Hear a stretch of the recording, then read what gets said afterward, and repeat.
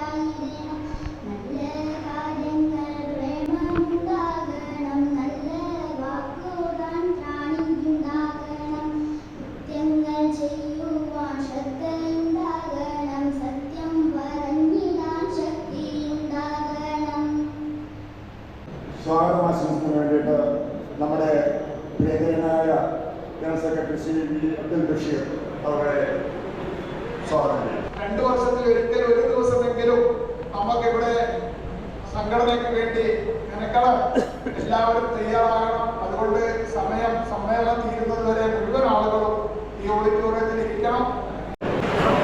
കഴിഞ്ഞ സമ്മേളനത്തിന് ശേഷം നമ്മെ വിട്ടുപിരിഞ്ഞു പോയ നമ്മുടെ സംസ്ഥാന വർക്കിംഗ് പ്രസിഡന്റായിരുന്ന KS രാമേന്ദ്രൻ നായർ ഉൾപ്പെടെയുള്ള നമ്മുടെ പെൻഷനേഴ്സ് കോൺഗ്രസിൻ്റെ അംഗങ്ങളും എല്ലാത്തവരും സാമൂഹ്യ രാഷ്ട്രീയ രംഗങ്ങളിൽ നിന്ന്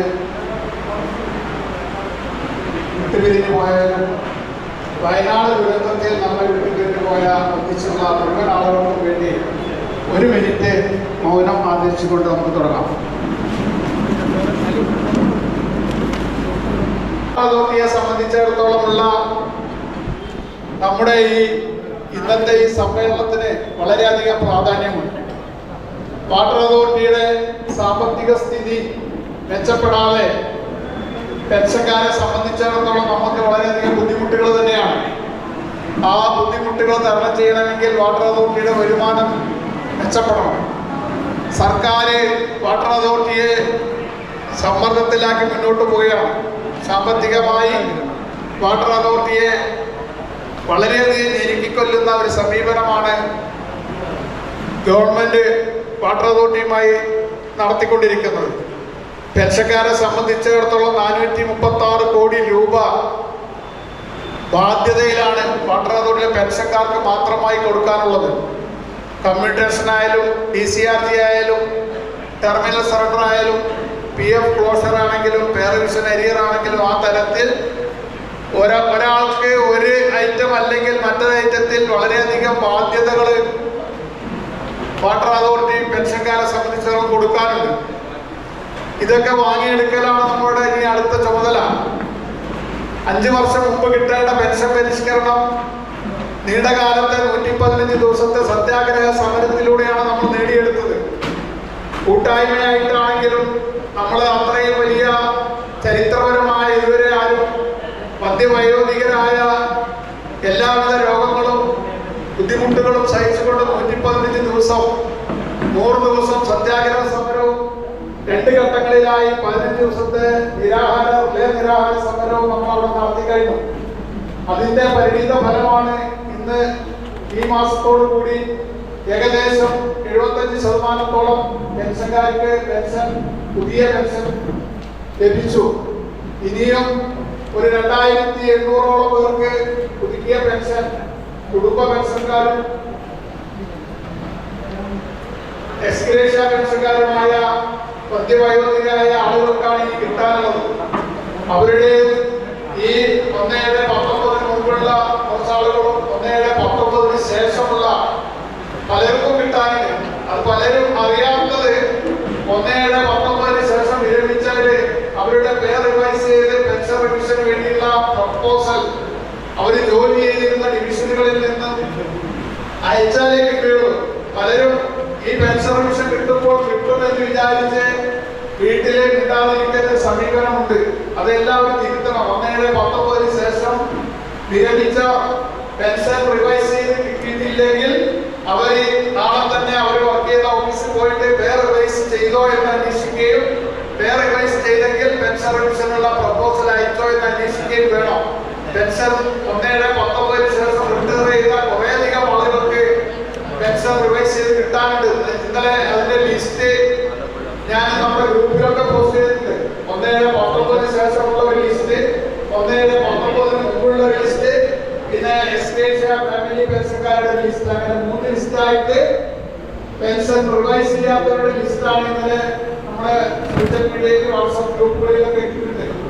അത് നോക്കിയിട്ട് അതിൽ അവരുടെ പേരുകൾ ഉണ്ടെങ്കിൽ അവര് 1/19 ശേഷമുള്ളവർ, അല്ലാത്തവരൊന്നും വേണ്ട, അവരൊക്കെ അത് ഹെഡ് ഓഫീസിൽ നിന്നും അവരുടെ പെൻഷൻ റിവിഷൻ ചെയ്ത് ജനുവരി 1-ാം തീയതി കിട്ടുന്ന പെൻഷനോട് കൂടി അതൊക്കെ കിട്ടും. 1/19 ശേഷം വിരമിച്ചവരുടെ പെൻഷൻ ജനുവരി 1-ാം തീയതി കിട്ടും എന്ന് പറയാൻ നമുക്ക് നിർവാഹമില്ലാത്ത സാഹചര്യമുണ്ട്. കാരണം അത് പേര് റിവൈസ് ചെയ്ത് പെൻഷൻ റിവിഷൻ പ്രപ്പോസൽ പോകണം.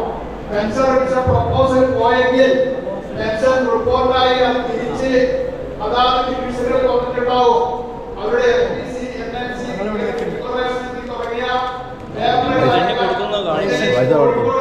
നിങ്ങളുടെ മാത്രം റെക്കോർഡായിട്ട് വന്നിട്ടുള്ളൂ പൈസ കൊടുക്കുന്നത്. മറ്റേ മനോരമ കൊടുത്തില്ല അത് വന്നായിരുന്നു. നമ്മളുടെ കാര്യങ്ങളായ പോയാലേ ഇതൊക്കെ ജില്ലാ സമ്മേളനങ്ങളിൽ നമ്മൾ 115 ദിവസത്തെ ചരിത്രപരമായ ഒരു സമരം നടത്തി. ഇനി 1/19 മുതൽ ഉള്ള പെൻഷൻ റിവിഷന്റെ കുടിശ്ശിക നമുക്ക് കിട്ടാനുള്ളതാണ്, നമുക്ക് അർഹതപ്പെട്ടതാണ്. സർക്കാർ സർവീസിലെ പെൻഷൻകാർക്കെല്ലാം അത് കൊടുത്തതാണ്. നമ്മളെ സംബന്ധിച്ചിടത്തോളം അതുമായി ബന്ധപ്പെട്ട ഒരു തീരുമാനവും ഇതുവരെയും ഉണ്ടായിട്ടില്ല. പെൻഷൻ റിവിഷൻ കുടിശ്ശിക കൊടുക്കണ്ട എന്ന് സർക്കാർ പറഞ്ഞിട്ടില്ല, കൊടുക്കണമെന്ന് പറഞ്ഞിട്ടില്ല. പക്ഷേ സാമ്പത്തികമായി വാട്ടർ അതോറിറ്റിക്ക് ഗവൺമെന്റ് ഒരു സഹായവും ചെയ്തു തരികയില്ല എന്ന് മാത്രമേ ആ കാര്യത്തിൽ പറഞ്ഞിട്ടുള്ളൂ. എങ്കിലും അതിനുള്ള ഫണ്ട് വാട്ടർ അതോറിറ്റിയാണ് കണ്ടെത്തേണ്ടത്. അത് വാട്ടർ അതോറിറ്റിയെ കൊണ്ട് കണ്ടെത്തിപ്പിക്കണമെങ്കിൽ നമ്മൾ ഇനിയും ചരിത്രപരമായ നീണ്ട സമരത്തിലേക്ക് ചിലപ്പോൾ പോകേണ്ടി വരും, അല്ലെങ്കിൽ നിയമപരമായ നടപടിയിലേക്ക് പോകേണ്ടി വരും. അതിനെ കുറിച്ചൊക്കെ ഇന്നത്തെ സംസ്ഥാന സമ്മേളനത്തിലും അതിനുശേഷം ചെയ്തിരുന്ന സംസ്ഥാന കമ്മിറ്റി യോഗങ്ങളിലും ചർച്ച ചെയ്ത് തീരുമാനമെടുക്കുമ്പോൾ അവരുടെ ഈ ചടങ്ങിനെ സ്വാഗതം ചെയ്യുന്നു.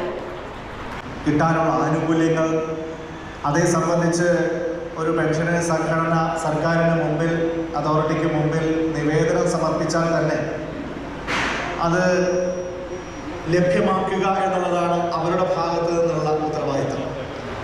അതാണ് ഒരു സാമാന്യ മര്യാദ. പക്ഷേ വാട്ടർ അതോറിറ്റിയെ സംബന്ധിച്ച് ഒരായുഷ്കാലം മുഴുവൻ അതോറിറ്റിയിൽ പണിയെടുത്ത് പൊതുജനങ്ങൾക്ക് വേണ്ട ഏറ്റവും പ്രധാനപ്പെട്ട ഒരു സേവനം മുടക്കമില്ലാതെ മുന്നോട്ട് കൊണ്ടുപോയ നിങ്ങൾ പെൻഷൻ പറ്റിയതിനു ശേഷം ഏറ്റവും മിതമായിട്ടുള്ള ആനുകൂല്യങ്ങൾക്ക് വേണ്ടി പോലും നിരന്തരമായ സമരങ്ങൾ നടത്തേണ്ടി വന്നു എന്നുള്ളത് ഒരു ദൗർഭാഗ്യകരമായിട്ടുള്ള അവസ്ഥയാണ്, ഒരു ഗതികേടാണ്. 2019 7-ാം മാസം മുതൽ പെൻഷൻ പരിഷ്കരണം സർക്കാരിലെ വിവിധ മേഖലകളിൽ നടപ്പാക്കി. പക്ഷേ ദൗർഭാഗ്യവശാൽ വാട്ടർ അതോറിറ്റി മാത്രം അന്ന് അതിൽ ഉൾപ്പെട്ടിരുന്നില്ല. നിങ്ങൾക്ക് നിരന്തരം സമരം ചെയ്യേണ്ടതായിരുന്നു, വിട്ടുവീഴ്ചയില്ലാത്ത പോരാട്ടങ്ങൾ മുന്നോട്ട് കൊണ്ടുപോയിട്ട് വന്നു. സംഘടനയുടെ നേതൃത്വത്തിൽ ഏതാണ്ട് 115 ദിവസത്തെ പോരാട്ടങ്ങൾക്കും സമരങ്ങൾക്കും ശേഷമാണ് ആ പെൻഷൻ പരിഷ്കരണം വാട്ടർ അതോറിറ്റിയിൽ കൂടി നടപ്പാക്കാൻ ഗവൺമെന്റ് തയ്യാറായത് എന്ന് പറയുമ്പോൾ അതാണ് ഈ സംഘടനയുടെ ഏറ്റവും വലിയ പ്രസക്തി എന്ന് നമ്മൾ കൃത്യമായി തിരിച്ചറിയുക. അങ്ങനെ സ്വാഭാവികമായി നമുക്ക് ലഭിക്കേണ്ട ആനുകൂല്യങ്ങൾക്ക് വേണ്ടി പോലും ശക്തമായ സമരങ്ങളും പോരാട്ടങ്ങളും പ്രക്ഷോഭങ്ങളും നടത്തേണ്ടി വരുമ്പോൾ അതിന് ആർക്കാണ് കഴിയുക എന്നുള്ള ചോദ്യത്തിന്റെ ഉത്തരമായി വാട്ടർ അതോറിറ്റിയിൽ നിന്ന് പിരിഞ്ഞു പോരുന്ന ഉദ്യോഗസ്ഥന്മാരെ സംബന്ധിച്ച് ഇന്നുള്ള ഏക ഉത്തരം Kerala water authority pensioners Congress എന്ന് പറയുന്ന നമ്മുടെ ഈ സംഘടന. ഇനിയും നിരവധിയായിട്ടുള്ള ആനുകൂല്യങ്ങൾ നമുക്ക് നേടിയെടുക്കേണ്ടതായിട്ടുണ്ട്. അത് കിട്ടണമെങ്കിൽ നമ്മുടെ സംഘടനയെ കൂടുതൽ ശക്തിപ്പെടുത്തി തന്നെ നമുക്ക് മുന്നോട്ട് പോകണം എന്നുള്ളിടത്താണ് ഈ സംസ്ഥാന സമ്മേളനവും ഇതോടനുബന്ധിച്ച് നടത്തുന്ന മറ്റു പ്രവർത്തനങ്ങളും കൂടുതൽ അർത്ഥപൂർണമാവുന്നത്.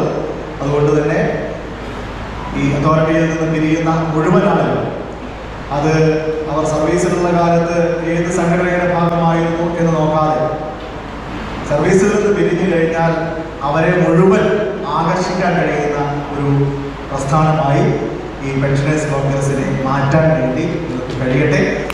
ആ നിലയിലുള്ള ഒരു നല്ല പങ്കാളിത്തം ഇവിടെ ഈ ഹോള് മുഴുവൻ നിറഞ്ഞ് കവിഞ്ഞ് ഈ സംഘടനയുടെ അംഗങ്ങളായിട്ടുള്ള നിങ്ങൾ എത്തിച്ചേർന്നിരിക്കുന്നു. എനിക്ക് തോന്നുന്നു പലരും കുടുംബാംഗങ്ങളോടൊപ്പം തന്നെ നമ്മുടെ കയ്യിലുണ്ട് വന്നിട്ടുണ്ടാവും എന്ന് ഞാൻ പ്രതീക്ഷിക്കുകയാണ്. അങ്ങനെയുള്ള ആ താല്പര്യത്തോടുകൂടിയുള്ള പങ്കാളിത്തം ഈ സംഘടനയുടെ തുടർന്നുള്ള പ്രവർത്തനങ്ങളിൽ ഉണ്ടാവട്ടെ എന്ന് ഞാൻ ആശംസിക്കുകയാണ്. പൊതുവെ വലിയ പ്രതീക്ഷയോടുകൂടി ഉറ്റുനോക്കുന്ന ചില സർക്കാർ സ്ഥാപനങ്ങളാണ് വാട്ടർ അതോറിറ്റിയും KSEBയും. വാട്ടർ അതോറിറ്റിയുടെ മനസ്സിലാക്കുന്നത് ഈ 2023 മുതലാണ് അല്ലേ പുതിയ അതൊക്കെ വർദ്ധിപ്പിക്കുന്ന അവസ്ഥയിലാണ്. ഇപ്പൊ ഏതാണ്ട് 2 വർഷത്തോളം ആവുകയാണ്. ഈ 2 വർഷമായിട്ട് വാട്ടർ അതോറിറ്റിയുടെ സാമ്പത്തിക സ്ഥിതിയിൽ ഏതൊരു തരത്തിലുള്ള മാറ്റമുണ്ടായതായിട്ടോ ഗുണകരമായിട്ടോ നല്ല കാര്യങ്ങൾ ജനങ്ങളെ കഴിയുന്ന ഏർപ്പാട് ഒരുപാട് നടക്കുമ്പോൾ അതോറിറ്റികൾ എന്തെങ്കിലുള്ള നേട്ടമോ ആ നിലയിൽ കാര്യക്ഷമത വർദ്ധിക്കുകയോ ചെയ്യുന്ന അവസ്ഥ ഉണ്ടാവുന്നുണ്ടോ എന്നുള്ളത് സംശയമാണ്. ഇപ്പോൾ വാട്ടർ അതോറിറ്റിയിലുള്ള ഞങ്ങളുടെ നാട്ടിലെ പദ്ധതികളുടെ കാര്യത്തിൽ അദ്ദേഹം ഇടപെട്ടിട്ടുണ്ട്. അത്തരത്തിലുള്ള പല പദ്ധതികൾ മുന്നോട്ട് പോകാനുള്ള അവസ്ഥ വാട്ടർ അതോറിറ്റിയിലുണ്ട് എന്നുള്ളതാണ് ഞാൻ മനസ്സിലാക്കുന്നത്. ജലജീവൻ മിഷൻ എന്ന് പറയുന്ന കേന്ദ്ര സർക്കാരിൻ്റെ സഹായത്തോടു കൂടിയുള്ള പദ്ധതി അത് പൂർത്തീകരിക്കേണ്ട സമയമൊക്കെ എന്തോ കഴിഞ്ഞു. പക്ഷേ ഇതുവരെ അത് സംസ്ഥാനത്ത് പൂർത്തീകരിക്കപ്പെട്ടിട്ടില്ല എന്നുള്ളതാണ് പലയിടത്തുമുള്ള അവസ്ഥ. പലയിടത്തും കണക്ഷനുകൾ കൊടുത്തു കഴിഞ്ഞു, പക്ഷേ അതിന് വേണ്ട സോഴ്സ് ഇനിയിപ്പോൾ രണ്ടാമത് കണ്ടുപിടിക്കണം എന്ന് പറയുന്ന അവസ്ഥയിലേക്ക് കാര്യങ്ങൾ മാറുകയാണ്. അപ്പോൾ ഒന്നും നടക്കാത്ത ഒരു സാഹചര്യം ഈ മേഖലയിൽ നിലനിൽക്കുന്നു. കിഫ്ബി മുഖാന്തരം പ്രഖ്യാപിക്കപ്പെട്ട പല പദ്ധതികൾ ഞങ്ങളുടെയൊക്കെ മണ്ഡലത്തിലെ അത്തരത്തിലുള്ള അനുഭവം വെച്ചുകൊണ്ടാണ് പറയുന്നത്. തെറ്റുണ്ടെങ്കിൽ നിങ്ങൾ തിരുത്തണം. കിഫ്ബി മുഖാന്തരം പ്രഖ്യാപിക്കപ്പെട്ട പദ്ധതികൾ പലതും തുടങ്ങാൻ പോലും കഴിഞ്ഞൊരു ഈ 5-6 വർഷങ്ങളിലായിട്ട് പ്രഖ്യാപനത്തിന് ശേഷവും അത് മുന്നോട്ട് പോകുന്നില്ല എന്നുള്ള അവസ്ഥയിലാണ് അതോറിറ്റി പൊതുവിൽ നിൽക്കുന്നത്. അപ്പോൾ ജനങ്ങളുടെ ഏറ്റവും പരമപ്രധാനമായിട്ടുള്ള ഒരു സാമൂഹ്യ ഉത്തരവാദിത്വം നിർവഹിക്കുന്ന ഒരു മേഖല എന്ന നിലയിൽ ഒരു അതോറിറ്റി എന്ന നിലയിൽ ഗവൺമെൻറ് സംവിധാനം എന്ന നിലയിൽ നമ്മുടെ ഈ അതോറിറ്റിയുടെ കാര്യക്ഷമമായിട്ടുള്ള പ്രവർത്തനങ്ങളിലും തീർച്ചയായിട്ടും നമുക്ക് എല്ലാവർക്കും താല്പര്യമുണ്ട്. നിങ്ങൾ അതിൽ നിന്ന് പിരിഞ്ഞു പോകുന്നുവെങ്കിൽ പോലും നിങ്ങളുടെയൊക്കെ മനസ്സും ആ നിലയിലുള്ള ശ്രദ്ധയും അക്കാര്യത്തിൽ തുടർന്നും ഉണ്ടാകും എന്നുള്ളതാണ് ഞാൻ പ്രതീക്ഷിക്കുന്നത്. അതിൽ വേണ്ട മാറ്റങ്ങൾക്ക് വേണ്ടി നമുക്ക് കൂട്ടായ ശബ്ദം ഉയർത്തേണ്ടുന്ന സമയം തന്നെയാണ് ഇനിയുള്ള കാലത്തും എന്നുള്ള കാര്യത്തിൽ സംശയം. മറുഭാഗത്ത് KSEBയെ കുറിച്ച് നമ്മൾ കേൾക്കുന്നത് വീണ്ടും കറണ്ട് ചാർജ് വർദ്ധിപ്പിക്കാതെ ഒരടി മുന്നോട്ട് പോകാൻ കഴിയില്ല എന്ന് പറയുന്ന അവസ്ഥയിൽ KSEB എത്തി നിൽക്കുന്നു എന്നതാണ്. UDF സർക്കാർ അധികാരം ഒഴിയുമ്പോൾ KSEBക്ക് അതുവരെ ഉണ്ടായിരുന്ന സഞ്ചിത നഷ്ടം ഏതാണ്ട് 4000 കോടി രൂപ മാത്രമേ. ഇന്ന് ഏതാണ്ട് 40,000 കോടി രൂപയാണ് KSEBയുടെ നഷ്ടം എന്നതാണ്. 10 ഇരട്ടി അറിയുകയാണ്. നമ്മുടെ കാലത്ത് ഒപ്പിട്ട വളരെ ചുരുങ്ങിയ ചെലവിന് മറ്റ് സംസ്ഥാനങ്ങളിൽ നിന്ന് വൈദ്യുതി വാങ്ങാൻ കഴിയുന്ന തരത്തിലുള്ള ലോങ് ടേം പവർ പർച്ചേസ് അഗ്രിമെൻറ്റിൽ അത് ഒരു കാരണവുമില്ലാതെ റദ്ദാക്കുകയും എന്നിട്ട് അതേ വൈദ്യുതി തന്നെ അതേ ഏജൻസികളിൽ നിന്ന് 2-3 രൂപ കൂട്ടി വാങ്ങേണ്ടി വരുന്ന അവസ്ഥയിലേക്ക് നമ്മുടെ കെടുകാര്യസ്ഥതയുടെ എല്ലാ സീമകളും ലംഘിച്ചുകൊണ്ടുള്ള പ്രവർത്തനങ്ങൾ മുന്നോട്ട് വരും. എനിക്ക് തോന്നുന്നു നമ്മുടെ കാലത്ത് ഏതാണ്ട് 4000 രൂപയ്ക്ക് തന്നെയാണ് വൈദ്യുതി കിട്ടേണ്ടിയത്. പക്ഷേ ഇപ്പോൾ അതേ വൈദ്യുതി അതേ ഏജൻസികൾ തന്നെ നമുക്ക് നൽകാൻ വേണ്ടി തീരുമാനിച്ചിരിക്കുന്നത് ഏതാണ്ട് 7,000 രൂപയ്ക്കാണ്. അപ്പോൾ അതൊക്കെയാണ് ജനങ്ങളുടെ മേൽ ഈ ഒരു വലിയ ഭാരമായിട്ട് മാറുന്നത്. ഏതായാലും വാട്ടർ അതോറിറ്റിയിൽ ഇന്നതായിട്ട് ആ നിലയിലുള്ള പ്രവർത്തനങ്ങളാണ് നമ്മൾ ആഗ്രഹിക്കുന്നത്, വിഭാവനം ചെയ്യുന്നത്.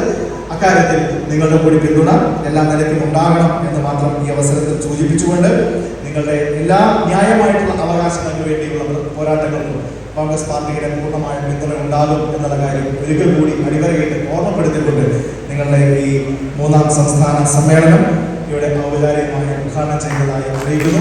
നമസ്കാരം. അവകാശങ്ങൾ നേടിയെടുക്കുവാൻ വേണ്ടിയുള്ള നിരന്തരമായ സമ്മർദ്ദങ്ങൾക്ക് നമ്മൾ ഒത്തൊരുമിച്ച് മുന്നോട്ട് പോകും. അസംതൃപ്തരായ ജനങ്ങളാണ് കേരളത്തിലുള്ളത്. നിങ്ങൾ മാത്രമല്ല, സർക്കാർ ജീവനക്കാരും അധ്യാപകരും മറ്റു പെൻഷനേഴ്സും ഉൾപ്പെടെ കേരളത്തിലെ കർഷകരുൾപ്പെടെ ഇത് മലയാള മനോരമ പത്രത്തിലെ 2 പേജ് മുഴുവൻ പാലക്കാട്ടെ നെൽകർഷകരെ കുറിച്ചുള്ള പ്രയാസങ്ങൾ വിവരിക്കുന്നതാണ്.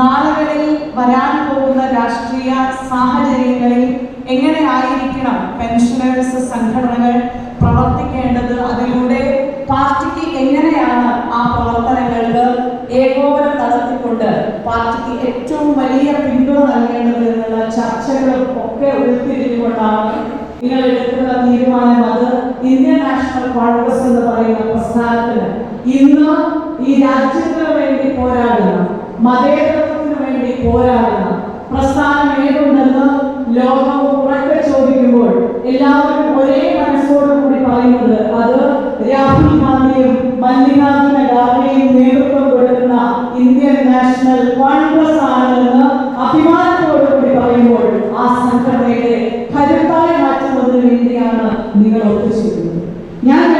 ഞാൻ ഇപ്പോഴും അഭിമാനത്തോടു കൂടി പറയാറുണ്ട്, ഞാൻ ജനിച്ചു വളർന്നതാണ്. സുരേന്ദ്രേട്ടൻ അറിയാം, മാവൂര് PhD, നിങ്ങളുടെയൊക്കെ ഏറ്റവും ഒരുപാട് പേര് ഇപ്പോൾ ഇവിടെ ഇരിക്കുന്ന കുറേ ആളുകൾ അതുമായി ബന്ധപ്പെട്ട് പ്രവർത്തിച്ച വർക്ക് ചെയ്ത ഒക്കെ ആളുകളാണ്. പല സമയങ്ങളിലും നിങ്ങളുടെയൊക്കെ ജില്ലകൾ മാറി മാറി നിങ്ങളുടെയൊക്കെ ട്രാൻസ്ഫറുകൾ വന്ന് നിങ്ങളുടെയൊക്കെ ജീവിതത്തിൽ പല ഘട്ടങ്ങളിലായി നിങ്ങൾ സന്ദർശിച്ച സ്ഥലമാണ്.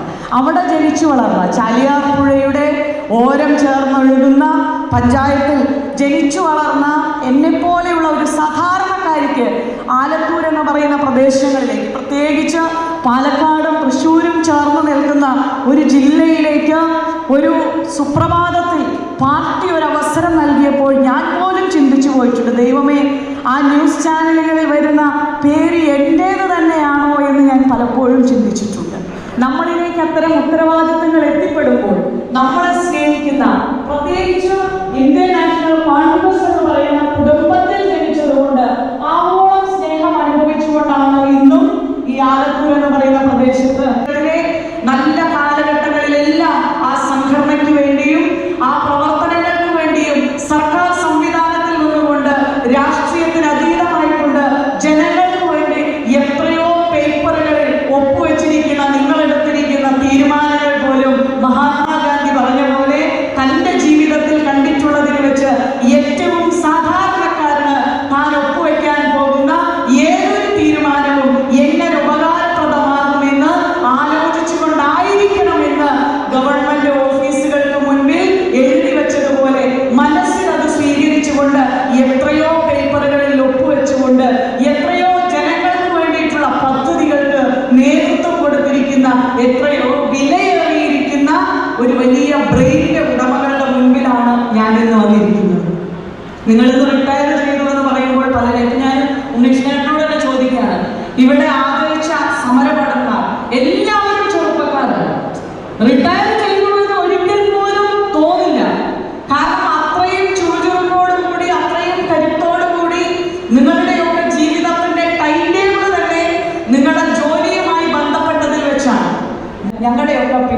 എന്നും കൂടെ ഉണ്ടാകും. ഞാൻ എൻ്റെ വാക്കുകൾ അവസാനിപ്പിക്കുകയാണ്. കോൺഗ്രസ് ആണ് ഭാരതത്തിൻ മധ്യകോടി, നെഞ്ചിലേറ്റി ചോര നൽകി ജീവനേകി കാത്തുവെച്ച സാന്ത്വനം. വാനിലുയരെ കൊടിയുയർത്തി സത്യത്തിൻ കരുത്തുമായി സമരഭൂമി ധീരനായി നമ്മളൊത്തു നീങ്ങവേ.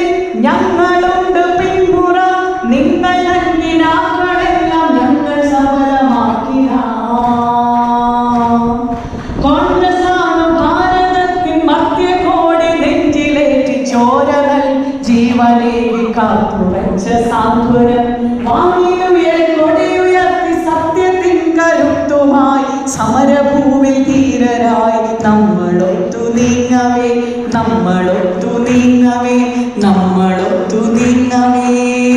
അല്ലേ? അങ്ങ് ശക്തിസ്ഥലിലും രാജകീയത്തിൽ അന്തി ഉറങ്ങുന്ന ബാപ്പുജിക്കും വീർഭൂവിൽ അന്തി ഉറങ്ങുന്ന ധീരദേശാഭിമാനിയായ രാജീവ്ജിക്കുമൊക്കെ നമ്മൾ കൊടുക്കുന്ന ഒരു വലിയ വാക്കുണ്ട്. അവർ നിണമണിഞ്ഞ വഴികളിൽ, രക്തം ചിന്തിയ വഴികളിൽ അവർ കണ്ടിരുന്ന സ്വപ്നങ്ങൾ, അവർ മനസ്സിൽ ഈ ഇന്ത്യ എന്ന് പറയുന്ന രാജ്യത്തിനെ ഒരു നൂലിൽ കോർത്തുകൊണ്ടുള്ള മുത്തുമാലകളാക്കി മാറ്റുന്ന പോലെ കണ്ടിരുന്ന ആ മതേതരത്വത്തിന്റെ സ്വപ്നങ്ങൾ അവർ രക്തം ചിന്തിയിടത്ത് നിന്ന് നമ്മൾ ആരംഭിക്കുകയാണ്. നമ്മൾ അവർക്ക് കൊടുക്കുന്ന വലിയ വാക്കാണ്. നിങ്ങൾ നൽകിയ രക്തത്തിനും നിങ്ങളുടെ ജീവിതത്തിനും നിങ്ങളുടെ ജീവനും പകരം നമുക്ക് എന്ത് നൽകുവാൻ സാധിക്കുമെന്ന് ചോദിച്ചാൽ നമ്മൾ അവർക്ക് കൊടുക്കുന്ന വാക്കാണ്. അവർ കണ്ട സ്വപ്നങ്ങൾക്ക് വേണ്ടി ഈ രാജ്യത്തിനൊപ്പം മതേതരത്വത്തിന്റെ, ജനാധിപത്യത്തിന്റെ ഈറ്റില്ലമായ ഇന്ത്യയെ തകർക്കുവാൻ ശ്രമിക്കുന്ന ശക്തികളുടെ മുൻപിൽ മുട്ടുമടക്കുവാൻ ഞങ്ങൾ ഈ രാജ്യത്തിനെ അനുവദിക്കുകയില്ല. അഭിമാനത്തോടു കൂടി ആ മതേതരത്വം വീണ്ടെടുക്കുവാൻ രാഹുൽ ഗാന്ധിയോടൊപ്പം, പ്രിയങ്ക ഗാന്ധിയോടൊപ്പം ഞങ്ങൾ ഉണ്ടാകുമെന്നുള്ള ദൃഢപ്രതിജ്ഞ എടുത്തുകൊണ്ട് കോൺഗ്രസ് മുന്നോട്ട് പോകുമ്പോൾ ഞാനും നിങ്ങളും അവർക്ക് കൊടുക്കുന്ന വാക്കാണ്, നിങ്ങൾ കണ്ട സ്വപ്നങ്ങൾ കാത്തു സൂക്ഷിക്കുവാൻ, നിങ്ങൾ നെയ്തെടുത്ത സ്വപ്നങ്ങൾ അത് പൂർത്തീകരിക്കുവാൻ കോൺഗ്രസ് ഉണ്ടാകും.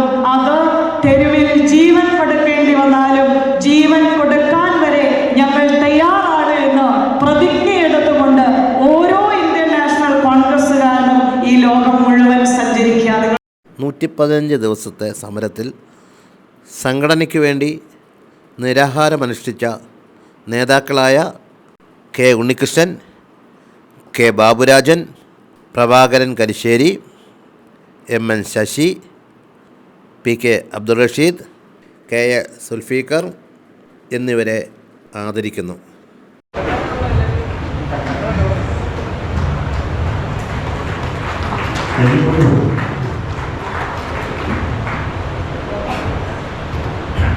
അടുത്തത് എൻ്റെ സുഹൃത്ത് കാസർഗോഡുകാരൻ ശ്രീ പ്രഭാകരൻ കരിശ്ശേരി.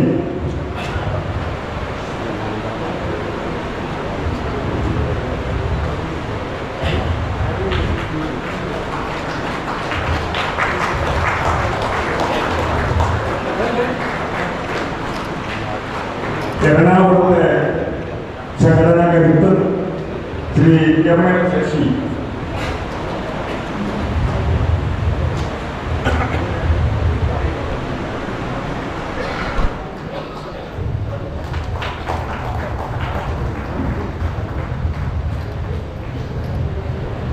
ഞങ്ങളുടെ കാസർഗോഡുകാരനായിരുന്ന അബ്ദുൾ റഷീദ്, ഇപ്പോഴത്തെ അദ്ദേഹം കോട്ടയംകാരനായിരിക്കുമെങ്കിലും കാസർഗോഡ് നിന്നാണ് സർവീസ് ആരംഭിച്ചത്. എൻ്റെ ഏറ്റവും അടുത്ത സുഹൃത്ത് ശ്രീ അബ്ദുൾ റഷീദ്.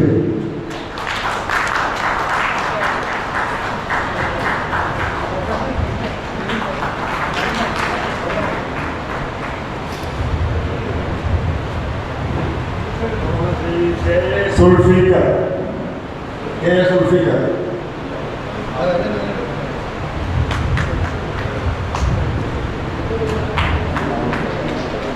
എറണാകുളത്തെ ആൻസി കെ സുൽഫിക്കർ.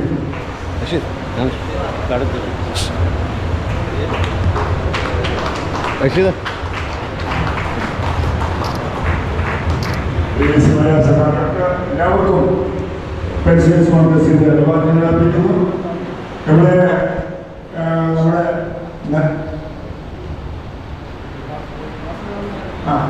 വാസുദേവൻ നായർ കാരക്കാനുള്ള വാസുദേവന്റെ ഇന്റർനാഷണൽ വേൾഡ് റെക്കോർഡ് ഐക്കൺ ജേതാവ്. ഇൻ്റർനാഷണൽ വേൾഡ് റെക്കോർഡ് ഐക്കൺ ടെസ്റ്റിൽ അവാർഡ് നേടിയ സംഘടനയുടെ അംഗമായ കാരക്കാമണ്ഡപം വാസുദേവനെ ആദരിക്കുന്നു.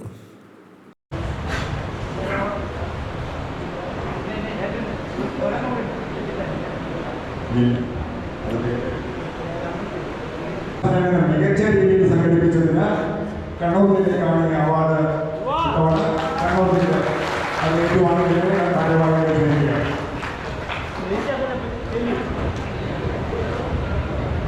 ഇനിയും ഒരംഗത്തിന് ഭാഗ്യമുണ്ടെന്ന തരത്തിൽ ചുമതലയോട് കൂടിയിട്ടാണ് എല്ലാവരും എത്തിയിരിക്കുന്നത്.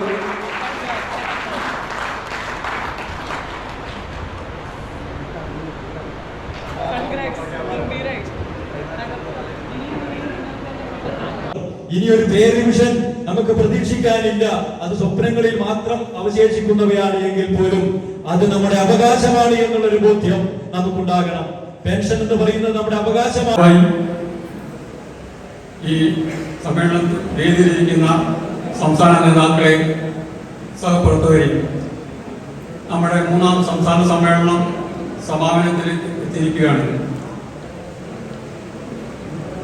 കേരളത്തിലെ സർക്കാർ സർവീസില്, പെൻഷൻ സർവീസില് സമര ചരിത്രത്തിൽ ഐതിഹാസികമായ ചരിത്രം കുറിച്ച വാട്ടർ പെൻഷനേഴ്സിന്റെ 115 ദിവസത്തെ ഐതിഹാസികമായ സമരത്തിന് ശേഷം നടക്കുന്ന ഈ സംസ്ഥാന സമ്മേളനം എന്തുകൊണ്ടും നമുക്ക് പ്രാധാന്യം അറിയിക്കുന്നതാണ്. ഈ ഐതിഹാസികമായ ഈ സമരത്തിന് ശേഷം നമ്മൾ അവകാശപ്പെട്ട നമ്മുടെ ആവശ്യങ്ങൾ 99% നേടിയെടുത്തതിന് ശേഷം ഉള്ള ഈ സംസ്ഥാന സമ്മേളനത്തിന് എല്ലാവിധ പ്രത്യേകതയുമുണ്ട്. ഇനിയും നമ്മുടെ ജനറൽ സെക്രട്ടറി പറഞ്ഞതുപോലെ നമ്മുടെ പെൻഷൻകാരുടെ നിരവധി പ്രശ്നങ്ങൾ ഇനി നമുക്ക് നേടിയെടുക്കാനുണ്ട്.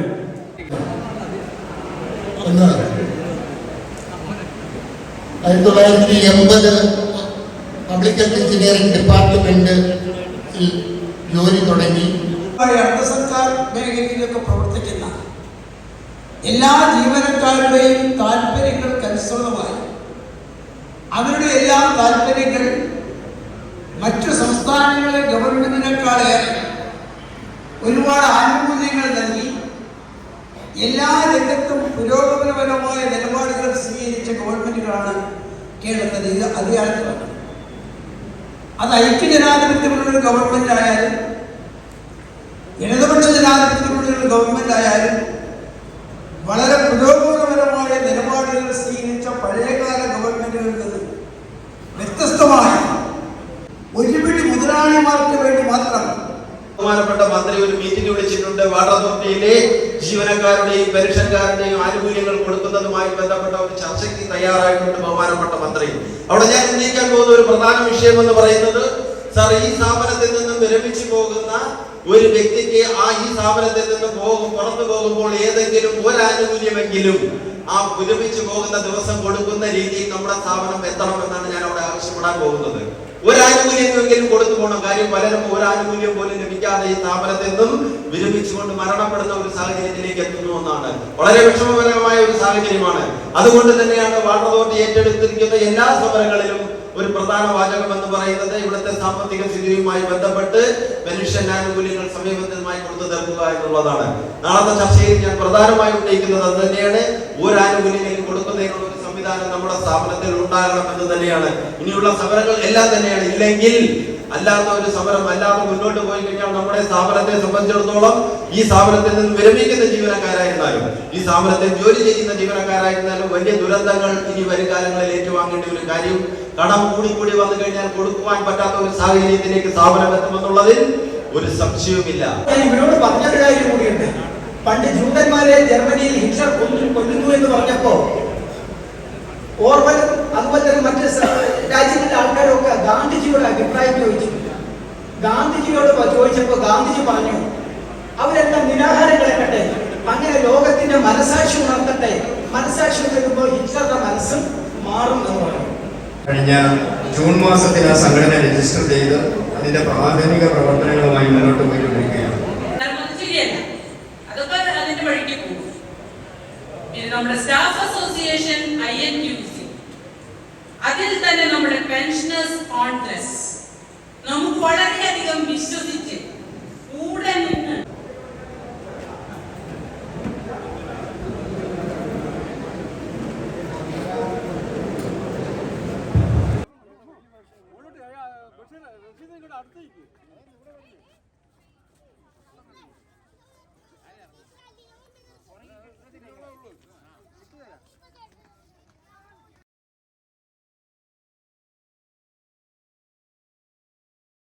എൻ്റെ ഈ വീഡിയോ നിങ്ങൾക്ക് ഇഷ്ടപ്പെട്ടെങ്കിൽ ലൈക്ക് ചെയ്യുക, ഷെയർ ചെയ്യുക, സബ്സ്ക്രൈബ് ചെയ്യുക. ബെൽ ബട്ടൺ എനേബിൾ ചെയ്താൽ എൻ്റെ അടുത്ത വീഡിയോയുടെ നോട്ടിഫിക്കേഷൻ നിങ്ങൾക്ക് ലഭിക്കുന്നതായിരിക്കും. നന്ദി, നമസ്കാരം.